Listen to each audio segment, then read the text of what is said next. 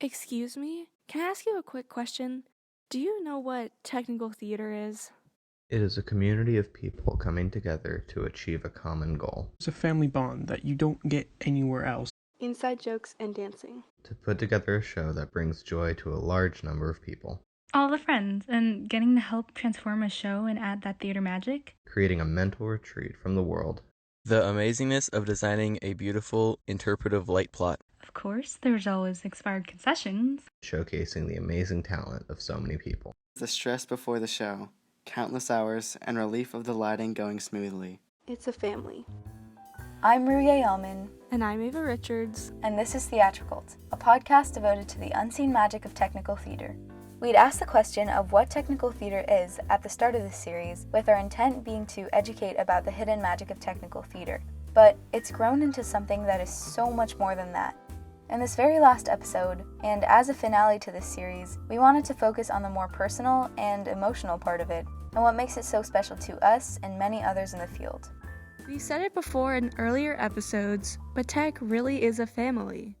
The community within crew members is developed from the trust and communication that's required for productions, as well as the bonding experiences that come from working together through late nights.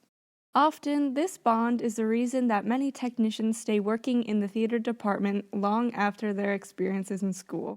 Now, before we get too deep into the sappy, feel-good stuff, we thought that we should take the time to acknowledge some of the many negative opinions about technical theater that exist. Some say that technicians are wannabe actors or too shy to perform, and this isn't necessarily true. They're equal to actors, and each group is talented in their own ways, and it's important that everyone knows that. We sat down with our theater manager, Geoff Horn, one last time to hear his final thoughts on the negative stigma surrounding technical theater and how it often goes unnoticed. Horn shared a story of his own about a conversation that he had with someone that saw a production he'd been involved in. I was just talking about this the other day too with a friend of mine. They said, "Oh, wait, remember that Carmont musical I saw a few years ago?" And I said, "What did you think about it?" And they were like, "Well, the sets were pretty good and the voices were pretty good." And I was like, "What do you think about the other tech elements, like lighting, the sound?" They're like, "I don't really remember it." And I was like, "Actually, I'm going to kind of take that as a compliment, because if you didn't notice that you couldn't hear that performer singing their song, or if you didn't notice that that person standing in the corner was in the shadows, then we probably did our job right."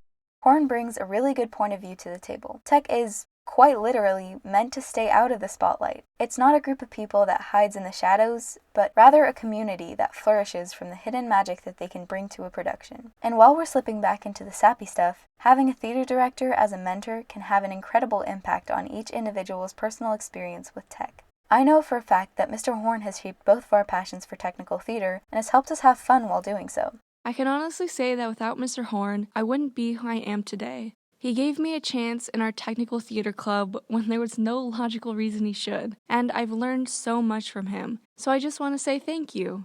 I've always believed that it's important to have a mentor in anything you do, whether it be an advisor, friend, or colleague that you can learn and grow from. And this can definitely go both ways. In our final interview with Horn, he told us all about how much he values being able to share his knowledge with students and watch them blossom into skilled technicians. It's also a lot of fun here at Carmont, especially to share with the students. So for me, technical theater, it doesn't mean as much just to sit there and do it on my own. Part of the fun for me of doing what I do, especially here at Carmont, is that I get to work with the awesome students of CTA, which is Carmont Technical Theater Association, and I get to see them learn and then grow, and then they get to do it too. We've talked about this a lot in this series, but CTTA has really just given back to us as we've become more involved. Very recently, I was elected to be the new president of the club, and Ruya was elected as vice president.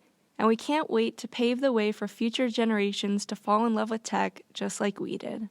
Even though our performing arts center may be shut down at the moment, we are still connected with each other, and I've been working to come up with ideas to hopefully keep putting on shows, as the show must go on. Before we end this episode, we'd like to thank you all so much for coming along with us on this series. This podcast has definitely helped us learn more about technical theater and its incredible community, and we hope you've learned something valuable as well. Going off headset, this is Ruye Alman and Ava Richards, and this has been Theatricult for Scott Center News.